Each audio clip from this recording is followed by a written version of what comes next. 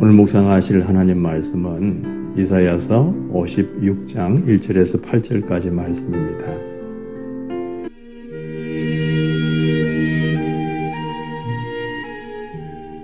제56장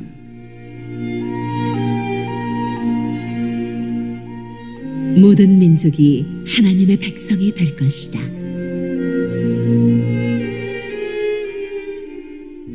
주님께서 말씀하신다.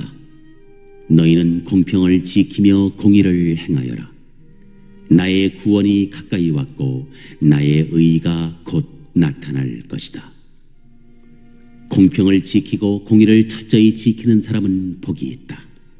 안식일을 지켜서 더럽히지 않는 사람, 그 어떤 악행에도 손을 대지 않는 사람은 복이 있다.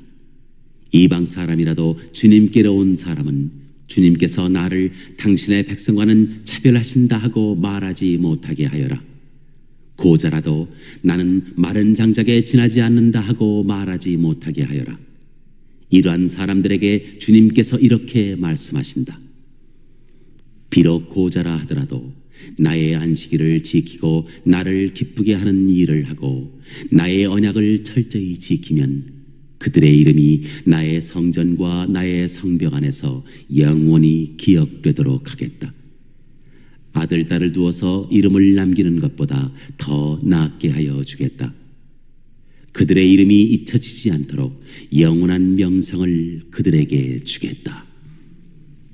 주님을 섬기려고 하는 이방 사람들은 주님의 이름을 사랑하여 주님의 종이 되어라. 안식일을 지켜 더럽히지 않고 나의 언약을 철저히 지키는 이방 사람들은 내가 그들을 나의 거룩한 산으로 인도하여 기도하는 내 집에서 기쁨을 누리게 하겠다.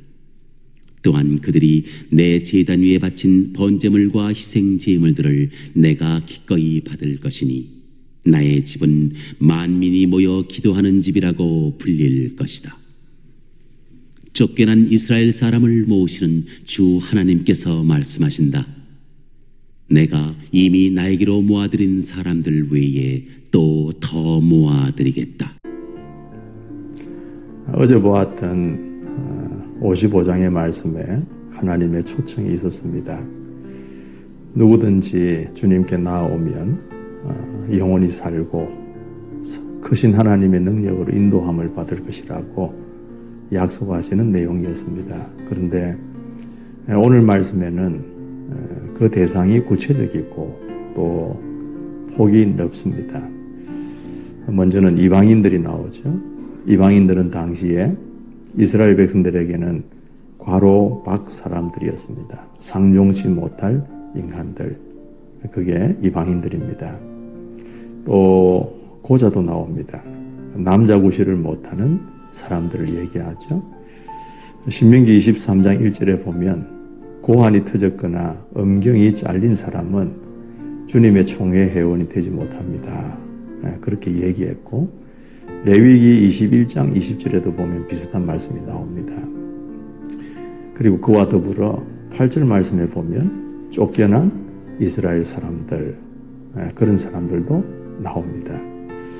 그러니까 이방인, 또 고자, 그리고 쫓겨난 사람들, 이런 사람들은 하나님께 나오기에 뭔가 부족하고 결격 사유가 있는 사람들을 말하는 겁니다. 그런데 그런 사람들이라도 하나님께로 나올 때에 하나님은 차별하지 않으시겠다, 그렇게 하십니다.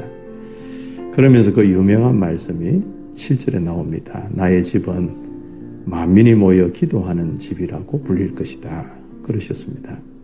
여기에서 만민이라는 말씀은 차별 없이 누구나 어떤 사람이라도 와서 기도하는 집이 되어야 된다, 그 말씀이겠죠.